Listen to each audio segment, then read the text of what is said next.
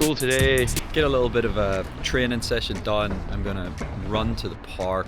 It's probably about 2 kilometers away. I'll do a couple of warm-up drills, some strides. I'm a little bit pressed for time. I actually have a flight in the best part of 2.5 hours to Boston, which is, yeah, that's happening really soon, and I'm not ready. I haven't packed, and now I'm going to run because that takes priority. I haven't been sort of documenting much what I've been up to. Of course, I'm sure some of you have watched the sort of Spencer stuff, and you know where that's at. But I basically have had a few, maybe like injuries, couple of like, my sort of back had a few problems which caused a few like nervy type issues and all this sort of nonsense. So my like running, training, racing plans fell apart. But my general goal is to get myself fit to go to London Big Half, have a pretty good run. I'm not really going to say a time goal yet. I'm going to guess like 68 minutes, 67 minutes, something like that. But the entire purpose is to bank a race, get something like sub 70 minutes on the board. I know I've ran 61 minutes. I know that's not a massive goal, but it works within the fact that I work really hard. I don't prioritize running as much as I used to. I'm not a professional anymore. And I really just need a race on the board. I need to break 70 minutes because then that lets me enter the championship sort of start for London Marathon next year. But let's run to the park, get that warm up done, some drills, some stretching, some strides, and then I'll talk about the session. So I'm actually gonna force myself to do like a 3K warm up. I realized that I'm probably a pretty good coach. I'm probably pretty smart, but I don't apply those rules to myself. So like I said, I do have a flight to Boston. I'm gonna go watch my partner race in a 1500 meter, which is really cool, and it'll help support what she's doing. I'm also just quite busy with work. But I think what happens is you let that busyness in your life then creep into the training, and it's like, why are you going to tell other people to do at least a 3K warm up? You're going to tell them why that's really important, and then you're not going to do it yourself. And so this is me not only trying to get things back on track in terms of like some races, fitness, getting to a better place. I also just want to start doing things right again, following what would be really simple rules, which can then create really bloody good results. So we'll get a 3K warm up in, we'll do some drills, we'll do some strides, and then I'm going to do 4 times 4 minutes at threshold, and then 6 times a minute, a little bit faster. Probably like VO2 effort. My fitness is not good. I'm already out of breath in the warm-up.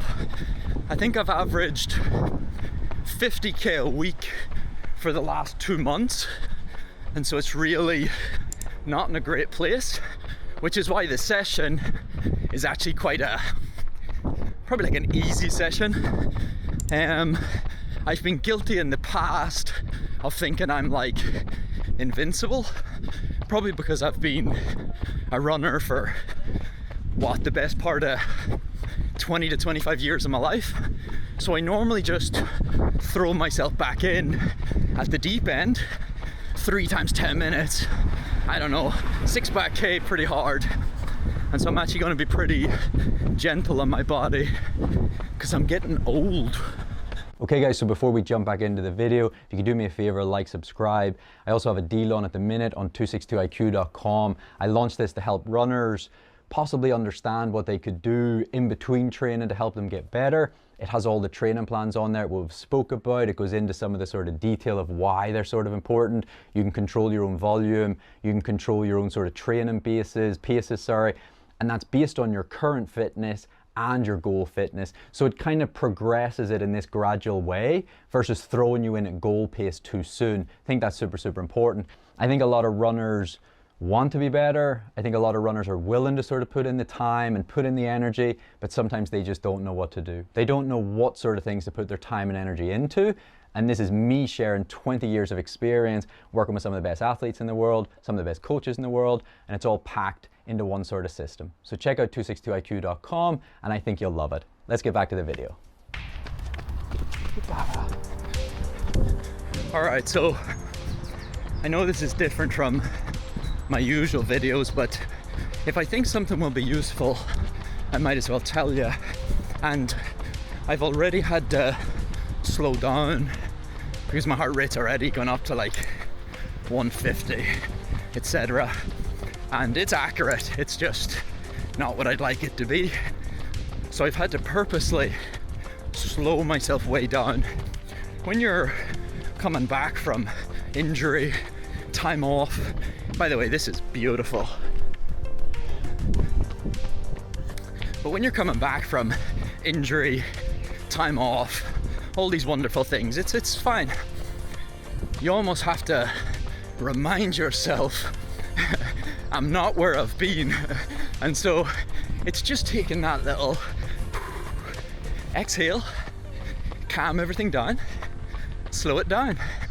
The pace will come back, but we're so used to operating at a probably level of fitness, all those wonderful things, that we forget as part of that comeback journey, you're not where you've been before. So you do have to slow things down a little. And if you can get something as simple as the warm-up right, it just sets the tone for the entire session. If you make a mess of the warm-up and you go too quick because you're not really accepting you're not where you've been before, that'll bleed into the session. In the session, you'll be itching to go a bit harder. That's where injuries pop up. That's why you run into problems. And then you blame running, but it was that attitude. Maybe it's a bit of anxiety, who knows? But you calm things down, get the warm up right, and then the session has every chance of going well. Okay, 3K warm up done. I'll tell you the depressing part first. I'm running at 145 to 150 pulse, and I'm running about 440 per K. That's ooh, that's often been like 345, 350 per K. But running's just mental. I love it. Like, you can just lose fitness, strength so quickly. I'm not trying to confuse you here, but the pulse, when I'm running 350 at 55 per K and my pulse is 145, 150, that's really good fitness, really strong, everything's in a good place. Today, that same pulse would actually be a much lower effort. I know that's not going to make sense because we're supposed to believe that pulse is directly correlated to, effort. But as you get fitter, pulse will come down and actually relative effort will go up. So in the first week or two when you're coming back, you'll all understand this, you're just trying to get back into training, your pulse will be doing wonderful things. It will be all over the place. And in the first 7 to 10 days, it's not that you get way fitter, things just calm down, things settle a little bit. And so all we're seeing today is my pulse just all over the shop because I've ran 45 to 50K a week for 8 weeks. Not intentional, I wasn't being lazy. I just had little niggles kept popping up. I hurt my back walking the dogs at the coffee shop and they pull a little bit, they're big boys. And I trapped a little nerve in my back, and before you know it, you've missed 3-4 days and it just eats into everything. So look, it's humbling. But look, that's why we do it. That's what we love. So a couple of drills, a couple of strides. I'm basically threshold in the warm up. So I'm only allowed to let the pulse go up to probably 165, 166. And so who knows what the pace will be, but I'll check in sort of each rep, give you sort of indicator of how it's going. And really I do need to hustle because like I said, I have a flight and I've done next to nothing to get ready for that flight. So let's crack on.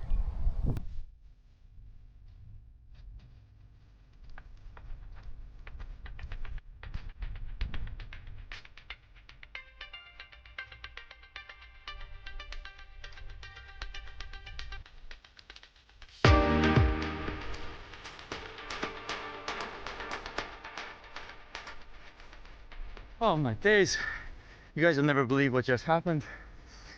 It's like the sky's opened, there's this big light, and you'd think Jesus himself came down and walked alongside me and said, "Scully, my boy, you're getting a little bit too comfortable, a little bit too complacent in life.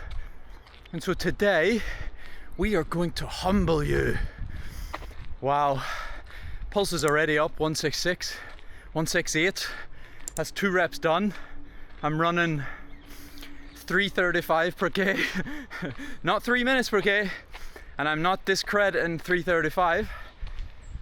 But when you've ran a marathon at 3:05 per K, running at 3:35 per K and having no control of the heart rate whatsoever is humbling. So thank you, running. Thank you for humbling me. Let's jump into rep 3. Okay, so perhaps the only lovely thing about not being super fit is you get to enjoy the session more, because there's no pressure on like, oh, I need to hold this pace or I need to be hitting these splits. You're just kind of quite like chilled about it. The other very, very nice thing is when your heart rate is going yee-haw without you having to try at all, sometimes very annoyingly, you just don't have to work as hard. You get to just like push a little bit and the heart rate just goes wee. So it is quite fun. That's rep 3 done. But to jump into rep 4, I'm going to do 5 because I've had to do Ks. I've had to do Ks because my watch is set to split at a K and it's literally 3:30. I'm not running for like 28 more seconds to split it again. But we will do 5 by K and then we'll jump into some quicker reps. 5 by K done. Very, very humbling. A little bit of context quickly before I jump into the minute reps. If you're doing a K at 3:30 and it's sitting at like your threshold pulse, you could probably guess that are you to actually go run a race that would require you to run at like threshold, like it's just kind of your like 50-60 minute race, you could probably add 5 to 10 seconds per K to whatever you're doing Ks at, because it's only a K. So some context, when I said 68 minutes or 70 minutes, that's 3:15 to 3:20 per K. So realistically, I would need my Ks today to possibly be like 3:10, 3:05, and they're not. They're 3:30 to 3:35. But that's why we're here, that's why we're doing this. I haven't posted on YouTube for a while about myself. I've just been working really hard on the running clothes and the running school, all these wonderful things. But I hope these videos are still quite good. They're not perfect, they're not polished. I don't have a fancy video team with me, but I hope there's still something to gain from it, you know? But all right, let me jump into the minute reps. Well, we're breathing now. So heart rate's up to, I think it was 178 there. And the purpose of these sort of minute reps, first of all, I'm telling myself, think less, don't complicate this, just work. Being a real amateur, just get used to working again, right? But the reason to do some minute reps is just to get my body and brain, everything, used to running a little bit quicker again, used to pushing a bit. I think a lot of people get back into their training, start running again, zone 2, zone 3, threshold, they're all fine, they're beautiful, they're going to do wonderful things long term. But running is still a game of who can run the quickest from A to B. And so I always want to make sure every 7 to 10 days some of this exists. It's how you get better.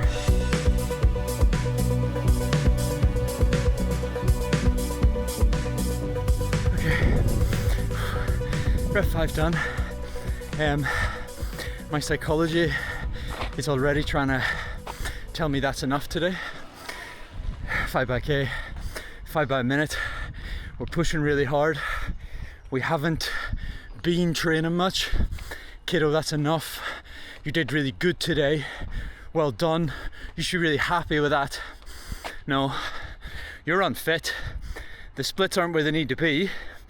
You don't justify doing less. You get the session done. You stamp discipline now. Session 1.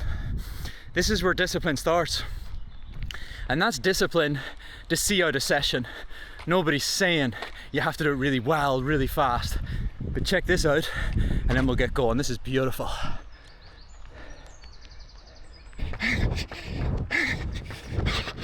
Come on. Yeah. Hurts 180. Attaboy. All right. Oh dear. Oh.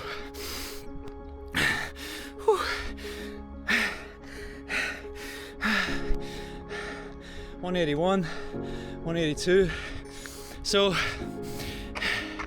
you have to hold yourself to a standard. You create the standard. Fuck doing no 5 reps. The plan was 6. Why are you not going to hold yourself to that standard? And here's what happens. You get to race day and you don't hit your target. You're gutted. You're devastated. But you didn't deserve it, you know? You were probably throwing in the towel because you didn't have yourself or somebody there to be like, you can do this. And so sometimes all it takes is either a coach or someone to train with, or in my case today, myself. How would you coach others? What would you tell others to do? I'd say you don't have to smash this. This doesn't have to be the best rep in the world, but I'd really like you to get it done. I think you can do it. And we're setting a standard for ourselves, and that's going to create success. I have no idea if you like this kind of video. There's not a lot I can do. You know, I am busy. I know a lot of people say they're busy. I am extremely busy right now. I'm building an app, which I'm going to call it like a Strava killer. I'm trying to put my brains and my logic about things into an app just to help guide people, because I think they deserve it. But none of this like will work out your zones or your training paces or all these wonderful things off like something like a max heart rate, 220 minus your age sort of bullshit. It's not good enough. But I am super busy, so I can't always have a team come film me. But this is kind of what I've got right now. And if I've learned anything in life, you just work with what you've got. I think I've taken my fitness for granted in the past. I've taken my friends for granted. Even everyone that follows the videos, supports me, my own running. You just learn to work with what you've got and do as best a job as you can. So look, that's a good session. Fitness is right where I thought it would be. Not at its best. We have work to do, but what a bloody great start. I don't even know how long I have now before I have to fly to Boston. I have to go home and eat, I have to pack, I have to feed my dogs, I have to walk my dogs, and then I have to get prepped for, a drive to Heathrow Airport and fly to Boston. But that's kind of episode 1 of this whole thing. And if you want to go check out the running clothes, 262clo.com, you can. And of course that running platform I'm talking about, 262iq.com.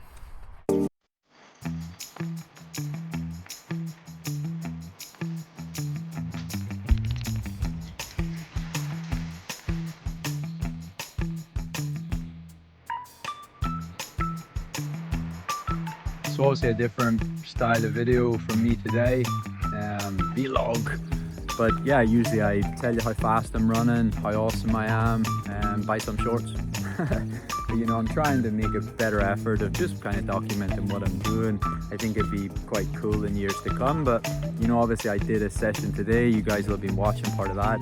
I talked about having a flight to get to. I talked about walking the dogs again. This is dog walk number 2 of the day. I try to get the boys out 3 times. They're not always the best walks in the world, but I think it's a really good routine for me, and I know they love it. I know they appreciate it.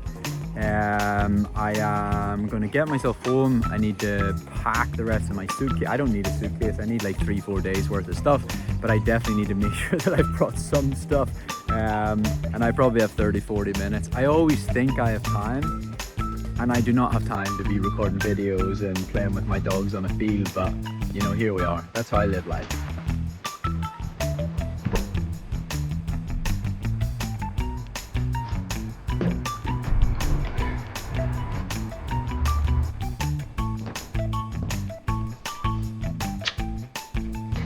Kisses.